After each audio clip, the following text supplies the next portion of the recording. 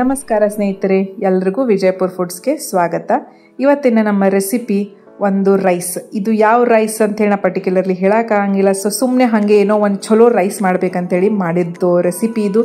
ಅದನ್ನು ನಿಮ್ಮ ಜೊತೆಗೆಲ್ಲ ಶೇರ್ ಮಾಡ್ಬೇಕನ್ಸಿತ್ತು, ಶೇರ್ ಮಾಡತ್ತೀನಿ. ಇವತ್ತು ನನ್ನ ಮಗನಿಗೆ ಅಮ್ಮ ಯಾವುದಾದ್ರೂ ಒಂದು ಚಲೋ ರೈಸ್ ಮಾಡು ಅಂತ ಹೇಳ್ದೆ. ಅದಕ್ಕೆ ಏನು ಸಿಗ್ತೈತಿ ಫಟಾಫಟ್ ಆಗುವಂತಹ ಒಂದು ರೈಸ್ ರೆಡಿ ಮಾಡಿದೆ. ನಿಜವಾಗ್ಲೂ ಭಾಳ ಮಸ್ತ್ ಬಂದಿತ್ತು. ಇದನ್ನು ಹೆಂಗೆ ಮಾಡೀನಿ ಅಂತೇಳಿ ನಿಮ್ಮ ಜೊತೆಗೆ ಶೇರ್ ಮಾಡ್ತೀನಿ. ವಿಡಿಯೋ ಎಂಡ್ವರೆಗೂ ನೋಡಿರಿ.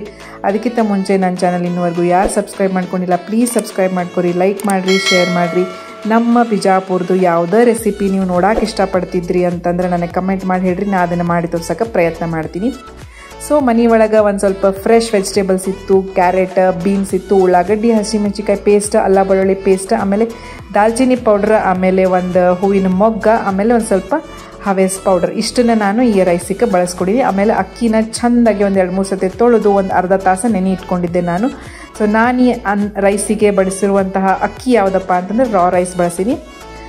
ನೋಡಿರಿ, ಕುಕ್ಕರ್ ಒಳಗೆ ಒಂದು 2 ಚಮಚದಷ್ಟು ಎಣ್ಣೆ ಹಾಕಿದ್ದೆ. ಅದ್ರ ಮೇಲೆ ಒಂದು ಸ್ವಲ್ಪ ಜೀರಿಗೆ ಹಾಕಿನಿ. ಆಮೇಲೆ ಅದೇನು ಮೊಗ್ಗು ತೊಗೊಂಡಿದ್ನಲ್ಲ, ಅದು ಸ್ವಲ್ಪ ಬಡೆ ಸೊಪ್ಪು ಸ್ಮೆಲ್ ಇತ್ತು, ಭಾಳ ಮಸ್ತ್ ಆಗ್ತೈತೆ ಅದನ್ನು ಹಾಕಿದ್ರೆ ರೈಸಿಗೆ. ಜಾಸ್ತಿ ಏನು ನಾನು ಮಸಾಲೆ ಹಾಕಿಲ್ಲ, ಅಗದಿ ಸಿಂಪಲ್ಲಾಗಿ ಇದನ್ನು ರೈಸ್ ಫಾಸ್ಟಾಗಿ ಮಾಡ್ಬೇಕಂತೇಳಿ ಮಾಡಿರುವಂಥದ್ದು.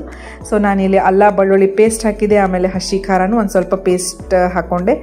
ನೀವು ಬೇಕಿದ್ರೆ ಹಸಿಮೆಣಸಿಕಾಯಿ ಕಟ್ ಮಾಡಿನೂ ಹಾಕೋಬೋದು, ಖಾರ ಸ್ವಲ್ಪ ಹಾಕೋಬೋದು. ನಿಮಗೆ ಖಾರ ಜಾಸ್ತಿ ಬೇಕಂತಂದ್ರೆ ಜಾಸ್ತಿ ಹಾಕೋಬೋದು. ನಾನು ಏನೇನು ಮಸಾಲೆ ಎಲ್ಲ ರೆಡಿ ಮಾಡಿ ಇಟ್ಕೊಂಡಿದ್ದೆ, ವೆಜಿಟೇಬಲ್ಸ್ ಕಟ್ ಮಾಡಿ ಇಟ್ಕೊಂಡಿದ್ದೆ, ಎಲ್ಲನೂ ಹಾಕಿ ಚೆಂದಾಗೆ ಒಂದು 5 ನಿಮಿಷ ರುಚಿಗೆ ತಕ್ಕಷ್ಟು ಉಪ್ಪು, ಆಮೇಲೆ ಕಲರಿಗೆ ಒಂದು ಸ್ವಲ್ಪ ಅರಿಶಿನ ಹಾಕಿ ಇದನ್ನು ಚೆಂದಾಗೆ ನಾವು ಒಂದು 5 ನಿಮಿಷ ಎಣ್ಣೆ ಒಳಗೆ ನಾನು ಇದನ್ನು ಫ್ರೈ ಮಾಡ್ಕೊಂಡಿನಿ. ಸ್ನೇಹಿತರೆ, ನಿಜವಾಗ್ಲೂ ಹೇಳ್ತೀನಿ, ಅನ್ನ ಭಾಳ ಟೇಸ್ಟಿಯಾಗಿ ಬಂದಿತ್ತು.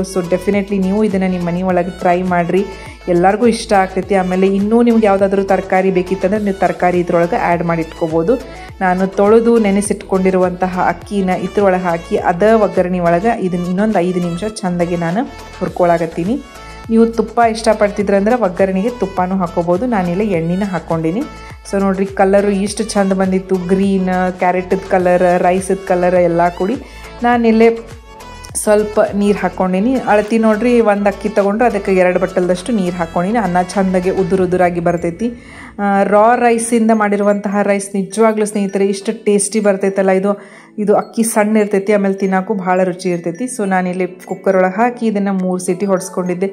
3 ಸೀಟಿ ಆದಮೇಲೆ ನೋಡ್ರಿ, ನಮ್ಮ ದಿಢೀರ್ ಮಸಾಲೆ ರೈಸ್ ಇಷ್ಟು ಚಂದ ಬಂದೈತಿ. ನಿಜವಾಗ್ಲೂ ಹೇಳ್ತೀನಿ, ನಮ್ಮ ಮನೆಯೊಳಗೆ ಎಲ್ಲರಿಗೂ ಭಾಳ ಇಷ್ಟ ಆಯಿತು. ಡೆಫಿನೆಟ್ಲಿ ನೀವು ಈ ರೈಸನ್ನು ಟ್ರೈ ಮಾಡಿ ನೋಡ್ತೀರಿ ಅಂಥೇಳಿ ಅನ್ಕೋತೀನಿ. ನಾನು ಈ ರೈಸ್ ಜೊತೆಗೆ ಒಂದು ಸಿಂಪಲ್ ಆಗಿರುವಂಥ ಕೋಸಂಬರಿ ಮಾಡಿಟ್ಕೊಂಡಿದ್ದೆ. ರೈಸು ಕೋಸಂಬರಿ ಆಹಾ ನಿಜವಾಗ್ಲೂ ಟೇಸ್ಟಿಯಾಗಿತ್ತು. ನೀವು ಟ್ರೈ ಮಾಡಿ ನೋಡ್ರಿ ಅಂತ ಹೇಳ್ತೀನಿ. ಇಲ್ಲಿಗೆ ಇವತ್ತಿನ ವಿಡಿಯೋ ಮುಗಿಸಾತೀನಿ. ನೆಕ್ಸ್ಟ್ ವಿಡಿಯೋದೊಂದಿಗೆ ಮತ್ತೆ ಸಿಗ್ತೀನಿ. ಇಲ್ಲಿವರೆಗೂ ನನ್ನ ವಿಡಿಯೋ ನೋಡಿದ್ದಕ್ಕೆ ನಿಮ್ಮೆಲ್ಲರಿಗೂ ತುಂಬ ಹೃದಯವಾದ ಧನ್ಯವಾದಗಳನ್ನು ಹೇಳ್ತಾ, ಧನ್ಯವಾದಗಳು ಮತ್ತೊಂದು ಸತಿ ಎಲ್ಲರಿಗೂ.